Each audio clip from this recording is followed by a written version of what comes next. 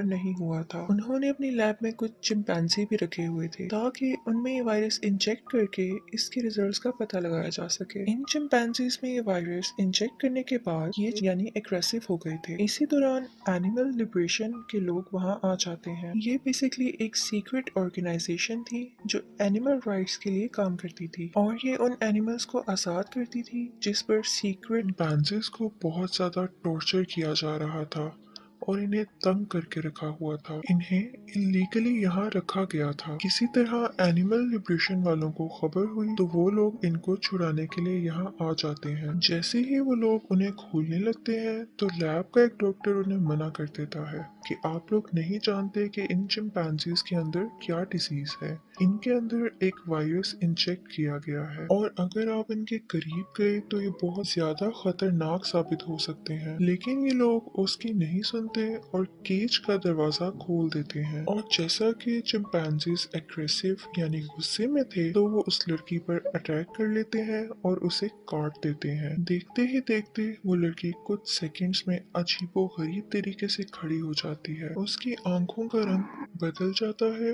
और उसे खून की उल्टी आने लगती हैं। वो खून उसके कंपेनियंस यानी साथियों पर भी गिर जाता है और वो भी उस लड़की की तरह इन्फेक्टेड हो जाते हैं। ये वायरस जिसकी भी बॉडी में जाता था वो बहुत ज्यादा एग्रेसिव हो जाता था। ये वायरस चिंपैंजीज के मुकाबले में इंसानों के जिस्म पर 2 गुना ज्यादा असर कर रहा था क्योंकि इंसानों और जानवरों के दिमाग में बहुत फर्क होता है। बहुत ज्यादा गुस्से की वजह से इंसान पागल बन जाता है जिसकी वजह से वो बाद में ज़ॉम्बी बन जाता है। ये वायरस ब्लड और सलाइवा के जरिए लोगों में ट्रांसफर होता है। लैब का डॉक्टर उस लड़की को मारने की कोशिश करता है लेकिन उससे पहले ही वो लड़की अपने गुस्से की वजह से उसे मार देती है। इसके बाद वायरस बहुत तेजी से फैलने लगा था। पहले पूरा शहर इससे इन्फेक्टेड हुआ और आहिस्ता आहिस्ता पूरी कंट्री यानी पूरा मुल्क इससे इन्फेक्टेड हो गया। इस इंसिडेंट के 28 डेज बाद हमें जिम नाम का एक आदमी दिखाया जाता है जो काफी अरसा कोमा में रहने के बाद लंदन के एक हॉस्पिटल में होश में आता है। वो जब देखता है तो पूरा हॉस्पिटल खाली होता है। वो बहुत हैरान होता है और जब बाहर आता है तो उसे कोई भी इंसान नहीं नजर आता। हर तरफ साइलेंस थी और दीवारों पर जगह जगह मिसिंग लोगों के पोस्टर लगे हुए थे और शहर डिस्ट्रॉय हो चुका था। वो बहुत ज्यादा परेशान होकर चर्च में चला जाता है लेकिन चर्च आकर वो देखता है कि चर्च की हालत बाहर से भी ज्यादा खराब है। उसके अंदर कई दिनों से मरे हुए लोगों की डेड बॉडीज पड़ी हुई थी। वो ये समझ नहीं पा रहा था कि ये सब क्या हो रहा है। इसी दौरान चर्च के फादर उसकी तरफ लंगड़ाते हुए आते हैं। उनके मुंह से खून निकल रहा था और अजीबो गरीब आवाजें आ रही थी। फादर के साथ साथ ज़ॉम्बीज भी जिम की तरफ आने लगते हैं और जिम ये देखकर बहुत ज्यादा डर जाता है। वो डर कर भाग रहा होता है कि 2 आदमी आते हैं और ज़ॉम्बीज पर आग गिरा देते हैं जिसकी वजह से वो ज़ॉम्बीज जल जाते हैं और जिम बच जाता है। वो दोनों आदमी उसे भी वहां ले जाते हैं जहां पर वो दोनों खुद छुप कर रह रहे थे। लेकिन जब वो मास्क उतारते हैं तो उनमें से एक लड़का होता है और एक लड़की। लड़के का नाम मार्क है और लड़की का नाम सेलेना। उन दोनों के पूछने पर जिम उन्हें बताता है कि वो साइकिल पर कोरियर डिलीवरी करता था। उसका एक गाड़ी से एक्सीडेंट हो गया था और उसके बाद उसे कुछ याद नहीं, लेकिन आज उसे होश आया है तो उसने ये सब कुछ देखा है और वो बताता है कि मुझे कुछ समझ नहीं आ रहा कि क्या हो रहा है। फिर वो दोनों उसे बताते हैं कि एक वायरस ने पूरे शहर को अपनी लपेट में ले लिया है और पूरा शहर डिस्ट्रॉय हो गया है। आर्मी और गवर्नमेंट भी कुछ नहीं कर सकी है। सब कुछ खत्म हो चुका है लेकिन पिछले 6 दिनों में जिम ही एक ऐसा वाहिद बंदा है जो उन्हें जिंदा मिला है। वो बताते हैं कि हमारी फैमिली में से भी कोई नहीं बचा। जिम अपनी फैमिली को ढूंढना चाहता था। वो अगले रोज उसके घर चले जाते हैं। जिम देखता है कि उसके पेरेंट्स ने सुसाइड कर लिया था और उनके हाथ में जिम की एक पिक्चर भी थी। उस पिक्चर के पीछे कुछ लिखा भी हुआ था। लिखा था कि जिम, हम तुम्हें सोता हुआ छोड़कर गए और अब हम तुम्हारे साथ सो रहे हैं, मत उठना। ये पढ़ते ही वो रोने लगता है और बहुत ज्यादा उदास हो जाता है। लेकिन उसे एक्सेप्ट करना था कि उसके पेरेंट्स अब इस दुनिया में नहीं रहे। वो तीनों जिम के घर ही स्टे कर लेते हैं क्योंकि अगर वो वापस जाते तो बहुत अंधेरा हो जाता क्योंकि ज़ॉम्बीज रात के वक्त बहुत एक्टिव हो जाते हैं। रात को जब वो बैठे होते हैं तो दो ज़ॉम्बीज उन पर अटैक कर देते हैं। ये दोनों जिम के नीबर्स थे जो अब ज़ॉम्बीज बन चुके थे और फाइनली वो लोग उनको मार देते हैं। इसी फाइट में एक ज़ॉम्बी मार्क के हाथ पर काट लेता है जिससे वो भी इन्फेक्टेड हो जाता है। ना चाहते हुए भी सेलिना मार्क को मार देती है ताकि वो और किसी को नुकसान ना पहुंचाए। अब सिर्फ सेलिना और जिम ही बचे थे। इसके बाद वो लोग बाहर जाते हैं तो देखते हैं कि एक बिल्डिंग में लाइट ब्लिंक हो रही थी। वो समझ आते हैं कि उनके अलावा भी कोई और भी जिंदा है। वो उस बिल्डिंग से ऊपर जा रहे होते हैं कि उनके पीछे ज़ॉम्बी आने लगते हैं। ज़ॉम्बीज उन पर अटैक करने ही वाले थे कि एक आदमी उन्हें बचाकर अपने घर ले आता है। इस आदमी का नाम फ्रैंक है और ये अपनी बेटी हैना के साथ अपने घर में ज़ॉम्बीज से छुपकर रह रहा है। ये उन दोनों को भी अपने साथ रख लेता है और उन्हें बताता है कि कुछ दिनों से एक ट्रांसमिशन रेडियो चल रहा है जिसमें ये बताया जा रहा है कि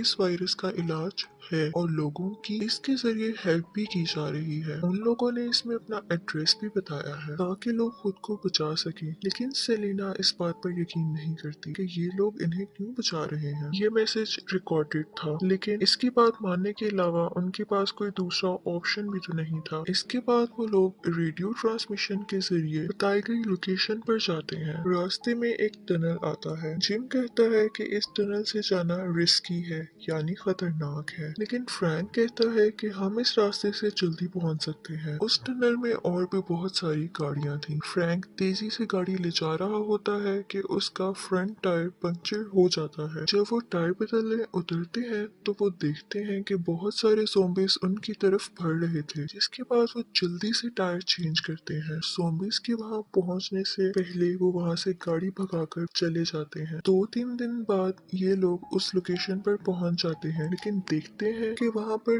कोई भी नहीं था। सेलिना जब ये देखती है तो वो कहती है कि हमें वापस जाना चाहिए। वो डिसअपॉइंट होकर वापस जाने लगते हैं। तब फ्रैंक देखता है कि एक कौवा एक डेड बॉडी को खा रहा था। ये देखते हुए उस डेड बॉडी के ब्लड का एक ड्रॉप फ्रैंक की आंख में गिर जाता है, यानी अब वो भी इन्फेक्टेड हो गया था। उसकी बेटी हैना उसके पास जाने की कोशिश करती है लेकिन वो उसे पीछे कर देता है। जिम उसे मारने ही वाला था कि आर्मी का एक सोल्जर उसे शूट कर देता है। वो सोल्जर बाकी लोगों को अपनी वैन में बिठाकर अपने साथ ले जाता है। वहाँ उनकी मुलाकात मेजर हेनरी से होती है जो उन्हें यकीन दिलाते हैं कि अब वो यहाँ पर सेफ हैं क्योंकि इन्होंने अपनी बाउंड्री सिक्योर यानी महफूज की हुई थी और कोई ज़ॉम्बी भी अंदर नहीं आ सकता था। अगर कोई ज़ॉम्बी आ भी जाता है तो सायरन से इन्हें पता चल जाएगा और वो उसको फौरन मार देंगे, लेकिन अभी तक उनके पास भी परमानेंट इलाज नहीं आया था। इसके बाद हेनरी जिम को एक आर्मी ऑफिसर मिलर से मिलवाता है जो कि कुछ दिन पहले इन्फेक्टेड हो गया था और उसे चेन्स के साथ बांध कर रखा हुआ था। इसको पकड़ के रखने का मकसद उनका ये था कि वो देख सकें कि ज़ॉम्बी कितने दिन तक खाए पिए बगैर जिंदा रह सकते हैं और इसके बारे में मजीद इंफॉर्मेशन ले सकें। रात को वो सब डिनर कर रहे होते हैं कि उन्हें एक ब्लास्ट की आवाज आती है। उन्हें पता चल जाता है कि ज़ॉम्बीज उनके एरिया में आ चुके हैं। वो बाहर जाते हैं और सबको मार देते हैं। जब वो लोग अंदर आते हैं तो एक आर्मी ऑफिसर सेलिना के साथ बदतमीजी करता है। जिम उसे मारने लगता है तो मेजर हेनरी उस आर्मी पर्सन को भेज देते हैं, जिसके बाद हमें पता चलता है कि उन्होंने एक फेक यानी झूठा ट्रांसमिशन चलाया था ताकि इसके जरिए वो लोगों को पनाह दे सकें और लड़कियों का मिसयूज कर सकें। जिम को जब ये पता चलता है तो वो हैना और सेलिना को लेकर वहां से भागने लगता है, लेकिन मेजर हेनरी अपने ऑफिसर्स को बुलवाकर उन्हें रोक लेता है। जिम बेहोश हो जाता है, लेकिन वहां पर एक ऑनेस्ट सर्जन फेरल भी होता है जो उनकी हेल्प करता है। वो उन तीनों को बचाने की कोशिश करता है लेकिन आर्मी उनको पकड़ लेती है और जिम को और उनको एक रूम में बंद कर देती है। वहाँ फेरल जिम को बताते हैं कि मेजर हेनरी पागल हो चुका है। इस एरिया के 100 मील दूर तक ये वायरस फैल ही नहीं सकता क्योंकि पहाड़ों और पानी से आगे ये वायरस कैसे जाएगा, लेकिन उनको ये बात समझ ही नहीं आती। वो यहाँ पर अपनी एक नई ही दुनिया बनाना चाहते हैं। फिर आर्मी के लोग जिम और फेरल को एक फॉरेस्ट में लेकर आते हैं ताकि वो उन्हें मार सकें। वो लोग फेरल को शूट कर देते हैं लेकिन जिम अपनी जान बचाकर कर भाग जाता है। वो जख्मी हालत में थक कर गिर जाता है तो वो आसमान पर देखता है कि एक प्लेन जा रहा था। उसे याद आता है कि फेरल ठीक कह रहा था कि यहाँ से बाहर ऐसे भी लोग हैं जो इन्फेक्टेड नहीं है। दूसरी तरफ इन लोगों ने सेलिना और हैना को अपने कब्जे में रखा हुआ था। जिम उन्हें बचाने का एक प्लान बनाता है और कैंप के पास वाला सायरन बचा देता है। मेजर हेनरी अपने बाकी सोल्जर्स के साथ उस जगह पर जाता है